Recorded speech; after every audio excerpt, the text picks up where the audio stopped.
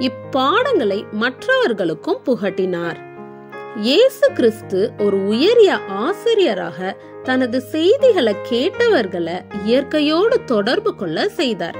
சிருஷ்டிப்புல இருந்து வரும் தேவ குரலை கேட்டு மனம் இலகி அவர் சொல்வதை கேட்க அவர்களை ஆயத்தப்படுத்தினார். இயற்கையில அவர்கள் பார்த்த காட்சிகளின் ஆவிக்குரிய பாடத்தை அவர்கள் கற்றுக்கொள்ள உதவினார். உவமைகளை கொண்டு பல பாடங்களை சொல்லிக் கொடுத்தார். இயற்கையின் தாக்கத்திற்கு அவரது ஆவி எந்த அளவுக்கு திறக்கப்பட்டதாய் இருந்தது என்பதை நம்ம புரிந்து கொள்ளலாம். அனுதின வாழ்க்கையின் காட்சிகளை வைத்து ஆவிக்குரிய பாடங்களை கற்றுக் கொடுப்பதில் மகிழ்ந்தார்.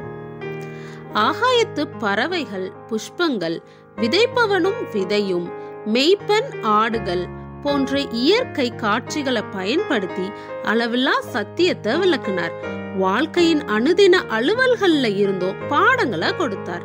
அப்பம், மறைக்கப்பட்ட புதையல், முத்து, மீன், வளை, தொலைந்த நாணயம், கெட்ட குமாரன், மண்ணின் மேலும் கல்லின் மேலும் கட்டப்பட்ட வீடுகள் ஆகியவைகளை கொண்டும் சத்தியங்களை விளக்கினார். அவரது பாடங்கள் எல்லா சிந்தைகளின் ஆர்வங்களையும் தூண்டும் விதத்துல இருந்துச்சு. சுற்றி இருந்த ஒவ்வொரு இருதயத்துக்கும் ஒரு செய்தி இருந்தது.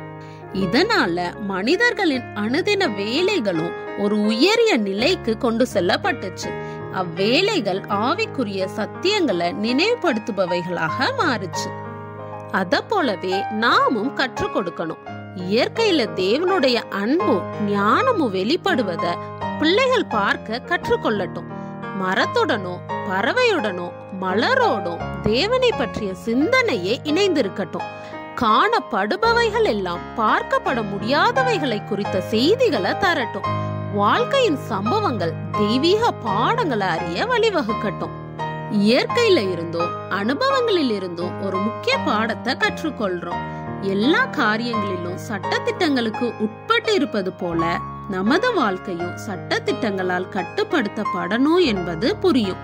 அவைகள் நமது நன்மைக்காக கொடுக்கப்பட்டது என்றும் அவைகளுக்கு கீழ்ப்படிவதில் உண்மையான சந்தோஷமும் வெற்றியும் இருக்குது என்பதும் தெளிவாகும்.